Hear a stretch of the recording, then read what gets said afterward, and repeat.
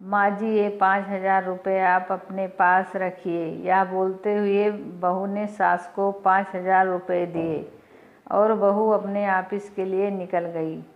सास का एकदम से गला भर गया। भरे गले से बोली, बेटी, मुझे इतने पैसे का क्या काम है? माँ जी, 1 महीना हुआ है हमें इस नए घर में आए। मैं रोज़ देख रही हूँ आपको कितनी चीज़ों के लिए पैसे लगते हैं।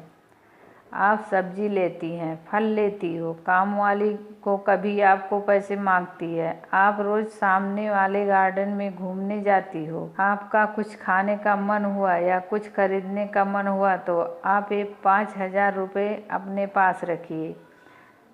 सास चेहरे पे मुस्कुराहट लाते हुए बोली, पेंशन के पैसे रहते हैं मेरे पास। इस पर बहू बोली, माँ जी, आप गार्डन में जाती हैं, वहाँ आप फ्रेंड बनाएं।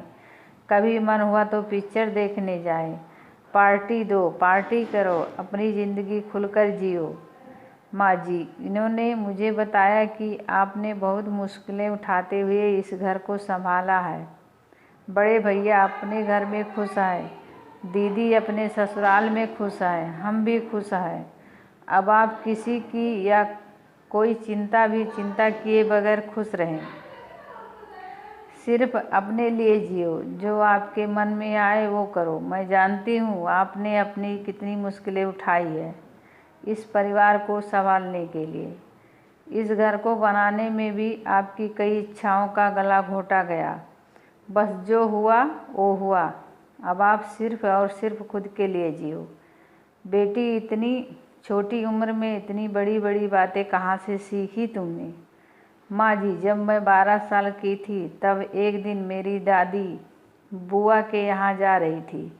मेरी माँ ने दादी को 500 रुपये उनके हाथ पर रखे और बोली, वहाँ बच्चों को बाहर ले जाना, नानी की तरफ से कुछ खाने पीने पे खर्च करना, खिलौने लेकर देना। दादी मम्मी के गले से लगकर रोने लग गई और मैंने इतने पैसे आज तक कभी भी दिल खोल कर खर्च नहीं की, ऐसा बोलने लगी। तब से मम्मी और दादी का व्यवहार आपस में अच्छी सहेलियों जैसा था। माँ जी, मुझे ये भी पता लगा है कि इस परिवार को संभालने के लिए आपको अपनी जॉब भी छोड़नी पड़ी। कितना बुरा लगा होगा आपको, कितनी इच्छाओं महत्वाकांक्षाओं का दम घोटना पड़ा होगा। इसके बाद हर छोटी बड़ी बात के लिए आपको पति के सामने हाथ फैलाना पड़ा होगा। तब पति भी उपकार किए बिना पैसे दिया करते थे। माँ जी, आज से आप अपनी पेंशन को खर्च ना करें। पेंशन के पैसे अपने पास ही रहने दीजिएगा। अगर मुझे कभी आवश्यकता लगी तो मैं आपसे ही मांगूंगी। बस बेटी, सब कुछ आज ही बोलेगी क्या? तुझे ऑफिस में देर हो रही है, जल्दी जा, मुझे बोलने दो माँ। यह भी मैं अपनी खुशी के लिए ही कर रही हूँ। मेरी माँ हमेशा कहती है कि 16-17 घंटे घर में काम करने वाली महिला को कोई समझता ही नहीं, लेकिन तुम अपने सास की मेहनत को ध्यान में रखना। प्यार बोओगी तो प्यार ही उगेगा। सास ने डबडबाई आँख से बहू को गले लगाया और आँखों से ओझल होने तब तक दरवाजे में खड़ी रही। बहू के आने में इस घर की 4 दीवारों में बंध के रह जाऊंगी, ऐसे सोचा था।